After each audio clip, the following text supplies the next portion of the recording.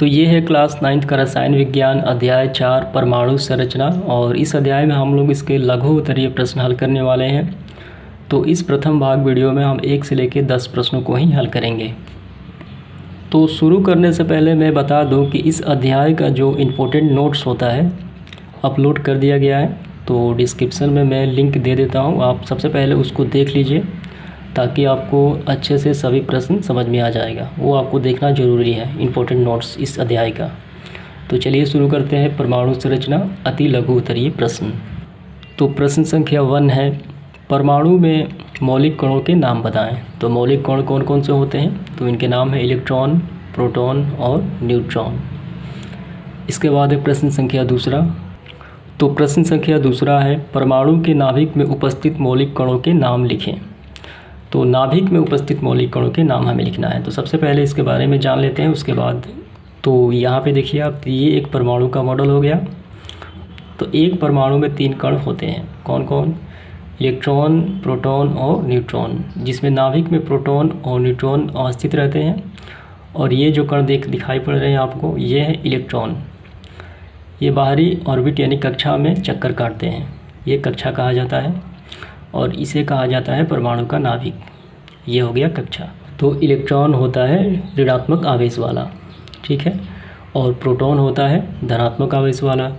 और न्यूट्रॉन जो होता है वो होता है आवेशहीन यानी उदासीन। तो आपको समझ में आ गया होगा कि एक परमाणु में 3 कण होते हैं, इलेक्ट्रॉन, प्रोटॉन और न्यूट्रॉन। और उसके नाभिक में 2 पाए जाते हैं, प्रोटॉन और न्यूट्रॉन। प्रोटॉन धन आवेश वाला, न्यूट्रॉन आवेशहीन जिसमें कोई आवेश नहीं होता। और इलेक्ट्रॉन जो चक्कर काटता है नाभिक का, वो इलेक्ट्रॉन वो होता है ऋणात्मक आवेश वाला। प्रश्न में पूछा गया है कि नाभिक में उपस्थित मौलिक कण के नाम लिखें। तो नाभिक में कौन सा उपस्थित है? तो ये है प्रोटॉन और न्यूट्रॉन। तो ये आपको लिखना है प्रोटॉन और न्यूट्रॉन। इसके बाद है प्रश्न संख्या 3। प्रश्न संख्या 3 है, परमाणु के नाभिक में कौन सा विद्युत आवेश होता है? तो परमाणु के नाभिक में प्रोटॉन में तो धन होता है और न्यूट्रॉन में तो कोई आवेश ही नहीं रहता। तो कौन सा आवेश हो गया? तो ये हो गया प्लस यानी धनात्मक आवेश।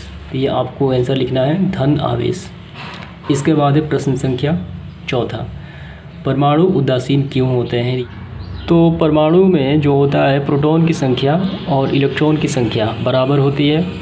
और इन्हीं इलेक्ट्रॉन त्यागने और ग्रहण करने की स्थितियों पे ये उदासीन हो जाते हैं। तो इसके बारे में यहाँ पे स्क्रीनशॉट दिया गया है, ये आपको लिखना है आंसर में। 5वां नंबर प्रश्न है, इलेक्ट्रॉन और प्रोटॉन के आविष्कारों के नाम लिखे। यानी किसने आविष्कार किया था इलेक्ट्रॉन और प्रोटॉन का? तो इलेक्ट्रॉन जो ऋणात्मक आवेश वाला होता है, जो चक्कर लगाता है परमाणु के नाभिक का, तो इसका खोज करता है जे थॉमसन। लेकिन बहुत सारी किताबों में दिया है थॉमसन, ठीक है। किताब में थॉमसन दिया है, लेकिन थॉमसन ही होता है। ये हो गया इलेक्ट्रॉन का। और प्रोटॉन का गोल्डस्टीन। तो प्रोटॉन का खोज 1886 में, और ये जो इलेक्ट्रॉन का खोज हुआ था 1897 में। ये आपको आंसर लिखना है, हो गया। इसके बाद प्रश्न संख्या 6। तो 6 नंबर प्रश्न में, नाभिक का आवेश उसके किस कण पे निर्भर करता है? तो नाभिक का आवेश धन आवेश प्रोटॉन पर निर्भर करता है, ठीक है। इसके बाद है प्रश्न संख्या 7।